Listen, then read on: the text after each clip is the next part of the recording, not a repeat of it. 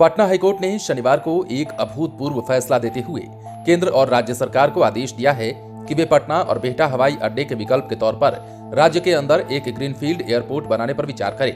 मुख्य न्यायाधीश संजय करोल और न्यायमूर्ति पार्थ सारथी की खंडपीठ ने अभिजीत कुमार पांडे की जनहित याचिका को आंशिक तौर पर मंजूर करते हुए ये फैसला सुना दिया है। दरअसल ये पहला मामला है जिसमें पटना हाईकोर्ट ने केंद्र और राज्य सरकार को सूबे में एक ग्रीनफील्ड एयरपोर्ट बनाने के लिए विचार करने का निर्देश दिया है। ग्रीनफील्ड एयरपोर्ट उस किस्म का हवाई अड्डा है जो नए सिरे से बहुतायत जमीन पर अंतर्राष्ट्रीय हवाई अड्डा के तौर पर सभी सुविधाओं के साथ तैयार होता है। दरअसल बिहार में अभी एक भी ग्रीनफील्ड हवाई अड्डा नहीं है। तमाम हवाई अड्डे या तो वायुसेना की या फिर पुरानी हवाई पट्टियों पर कार्यरत हवाई अड्डे हैं। मुख्य न्यायाधीश करोल की खंडपीठ ने केंद्र सरकार की इस दलील को ठुकरा दिया कि बिहार में हवाई अड्डा का निर्माण जनहित का मामला नहीं है। हाईकोर्ट ने यह तय किया कि छोटी हवाई पट्टी के ऊपर बड़े बड़े हवाई जहाज नहीं जा सकते, इसलिए बिहार को एक बड़े ग्रीनफील्ड एयरपोर्ट की अदद जरूरत है। हाईकोर्ट ने राज्य सरकार की तरफ से दी गई इस दलील को भी ठुकराया कि बगल के राज्यों में कोलकाता और वाराणसी जैसे अंतर्राष्ट्रीय हवाई अड्डा होने के कारण बिहार को ग्रीनफील्ड एयरपोर्ट की जरूरत नहीं है। मुख्य न्यायाधीश करोल की खंडपीठ ने यह तय किया कि यात्रियों को सुलभ और सुरक्षित यात्रा करना उनका मौलिक अधिकार है। इस मौलिक अधिकार को देश के नागरिकों को देने के लिए केंद्र और राज्य सरकार प्रतिबद्ध है। हाईकोर्ट ने यह भी कहा कि राज्य में बड़े पैमाने पर खाली पड़ी जमीन है जो कृषि के योग्य नहीं है।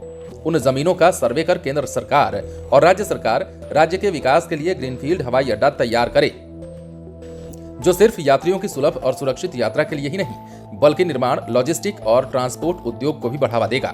इससे सूबे से बाहर जाने वाले कुशल मजदूरों का पलायन रुकेगा और प्रवासी मजदूर वापस आएंगे। मुख्य न्यायाधीश करोल ने इस मुकदमे की सुनवाई के दौरान बिहार को इंफ्रास्ट्रक्चरल डेवलपमेंट के बिंदु पर भी केंद्र और राज्य सरकार को ध्यान देने को कहा था।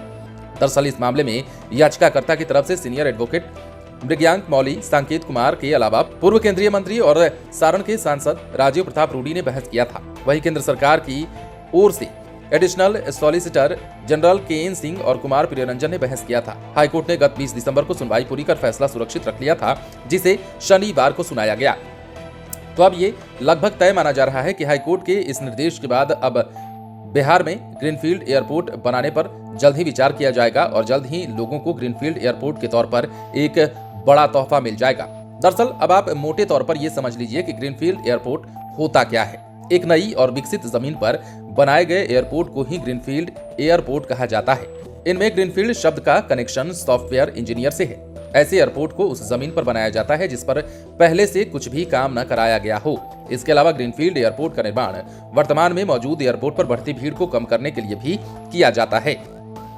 आमतौर पर यह शहर से ज्यादा दूरी पर होता है और उस शहर में पहले से मौजूद एयरपोर्ट के ट्रैफिक को कंट्रोल करने का काम करता है। ये एक तरह से सेकेंडरी एयरपोर्ट होता है। यही दोनों में सबसे बड़ा फर्क होता है। इसे तैयार करते समय पर्यावरण का विशेष ख्याल रखा जाता है, इसलिए भी कभी भी हरी भूमि पर ये नहीं बनाया जाता। तो इस प्रकार बिहार में अब एक ग्रीनफील्ड एयरपोर्ट का रास्ता लगभग साफ नजर आ रहा है। देखना होगा कि हाईकोर्ट के इस फटकार के बाद राज्य सरकार और केंद्र सरकार इस पर अमल करना कब शुरू करते हैं। बने रहें लाइव सिटीज के साथ। यदि अब तक आपने हमारे चैनल को सब्सक्राइब नहीं किया है तो सब्सक्राइब कर लीजिए।